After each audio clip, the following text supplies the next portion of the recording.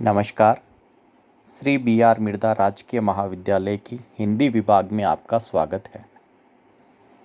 आज सुबह के समाचार पत्र में एक खबर पढ़ने को मिली कि पोलैंड के व्रोक्ला शहर के एक चौराहे का नामकरण हिंदी के प्रसिद्ध गीतकार और कवि स्वर्गीय श्री हरिवंश राय बच्चन के नाम पर किया गया है। इस ऐतिहासिक अवसर पर आज हम बच्चन जी की अमर कृति मधुशाला का गायन उन्हीं के सुपुत्र श्री अमिताभ बच्चन की ध्वनि में सुनेंगे। श्री हरिवंश राय बच्चन की अमर कृति मधुशाला। मधुशाला के गायन को सुनने से पहले उसके बारे में एक सामान्य जानकारी कि मधुशाला का जो रचनाकाल है वो छायावाद के बाद का रचनाकाल माना गया और इस एक कृति के कारण उस पूरे युग को हाला काव्य का नाम दिया गया। मधुशाला की रचना 1933 में हुई। 1935 में इसका प्रकाशन हुआ और सबसे पहले इलाहाबाद के विश्वविद्यालय में हरिवंश राय बच्चन ने एक कवि सम्मेलन में इसका गायन किया। इसमें लगभग 135 पंक्तियां थी जो बच्चन साहब को कंठस्थ थी। उस युग में मधुशाला का इतना ज़बरदस्त प्रचार प्रसार हुआ और इतनी ज़बरदस्त ये कृति लोकप्रिय हुई कि कहा जाता है एक बार बच्चन साहब जब इलाहाबाद से ट्रेन में जा रहे थे तो रास्ते में जनता ने उनकी ट्रेन को रोका दिया और वहीं रेल की पटरियों पर बच्चन साहब से मधुशाला सुनने के बाद ही ट्रेन को आगे जाने दिया गया। इसी अमर कृति का गायन श्री अमिताभ बच्चन के शब्दों में प्रस्तुत है। इसलिए दो एक पंक्तियां मधुशाला की।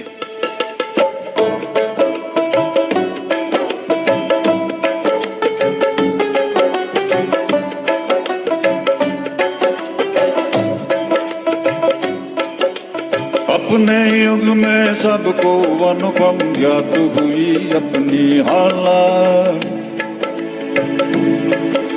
और अपने युग में सबको अद्भुत गात हुआ अपना प्याला। फिर भी वृद्धों से जब पूछा एक यही उत्तर पाया कि अब न रहे वह पीने वाले, अब न लगी वो मधुशाला। अब न रहे वह पीने वाले, अब न रही वो मधुशाला।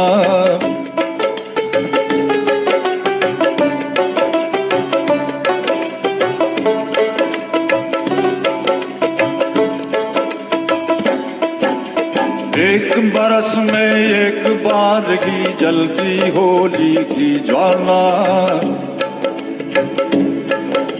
और एक बार ही लगती बाजी जलते दीपों की माला। दुनिया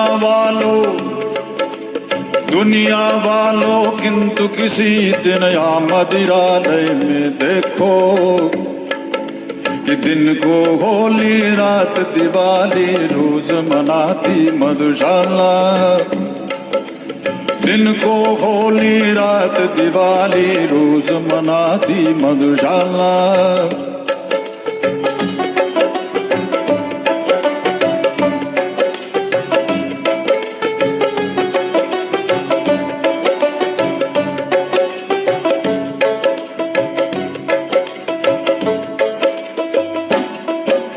मुसलमान और हिंदू है तो एक मगर उनका प्याला। मुसलमान और हिंदू है तो एक मगर उनका प्याला। एक मगर उनका मदिरालय, एक मगर उनकी हाला। दोनों रहते साथ न जब तक, दोनों रहते साथ न जब तक मंदिर मस्जिद में जाते। बैर बढ़ाते मंदिर मस्जिद मेल कराती मधुशाला। बैर बढ़ाते मंदिर मस्जिद मेल कराती मधुशाला।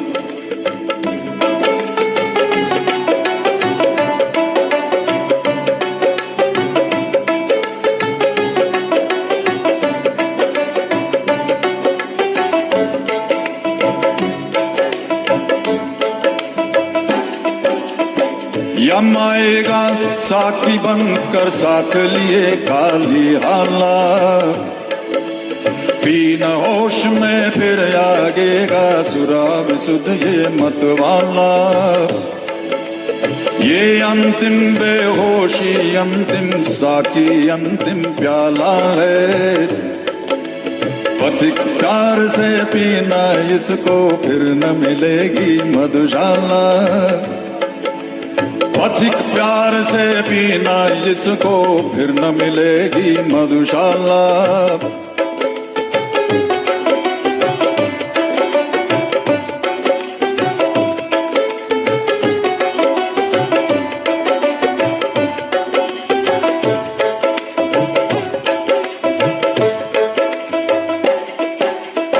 मेरे अधरों पर हो अंतिम वस्तु न तुलसी दल प्याला, और मेरी जिह्वा पर हो अंतिम वस्तु न गंगा जल आला।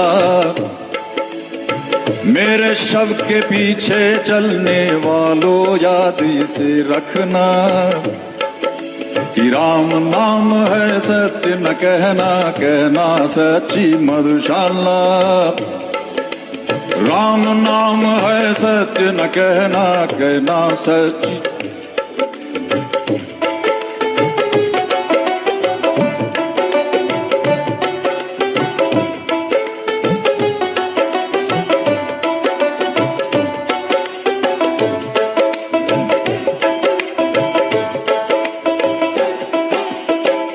मेरे शव पर वो रोए हो जिसके आंसू में हाला, मेरे शव पर वो रोए हो जिसकी आंसू में हाला। आह भरे वो जो हो सुरभित मदिरा पी कर मत वाला। दे मुझको ए कंधा जिनके पद मद डगमग होते हो, दे मुझको ए कंधा जिनके पद मद डगमग होते हो। और जलूं उस ठौर जहां पर कभी रही हो मधुशाला, और जलूं उस ठौर जहां पर कभी रही हो मधुशाला।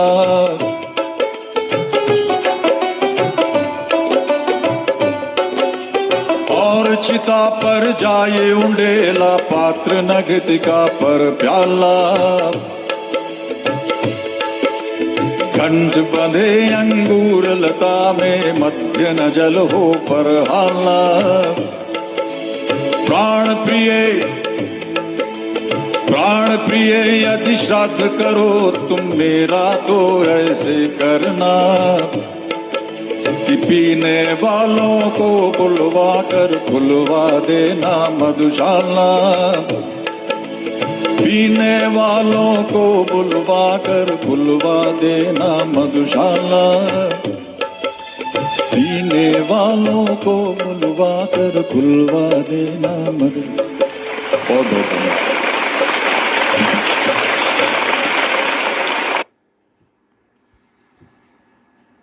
एक बेहतरीन रचना की शानदार प्रस्तुति, पिता और पुत्र की जुगलबंदी। इसी रचना का एक बेहतरीन गायन मन्ना डे ने भी किया था, और मौजूदा दौर के प्रमुख मंचीय कवि कुमार विश्वास ने भी इस अमर रचना को अपनी आवाज़ से संवारा है। एक मज़े की बात यह कि जिंदगी भर प्रेम और मस्ती की हाला का गुणगान करने वाली हरिवंश राय बच्चन, उनके बारे में ये माना जाता है कि उन्होंने कभी शराब को स्पर्श तक नहीं किया, उसका सेवन तक नहीं किया। कम से कम सार्वजनिक जीवन में यही मान्यता है। लेकिन प्रेम, उल्लास और उमंग की मधु का, उमंग के शराब का सेवन उनकी ज़िंदगी में ज़िंदगी के बाद भी चलता रहा, और आज भी ये पाठकों को आह्लादित करता है। बच्चन साहब के सुपुत्र ने एक बार उनकी अमर कृति मधुशाला के बारे में मंच पर कहा था, जितनी मेरी उम्र में बूढ़ा उससे ज़्यादा लगता हूँ, 60 बरस की होकर के भी षोडश वर्षीय मधुशाला। मधुशाला जैसी बहुत कम कृतियाँ होती है जो दशकों तक पाठकों के दिलो दिमाग पर राज कर सके। कल हम बात करेंगे किसी अन्य कवि की अमर रचना के बारे में।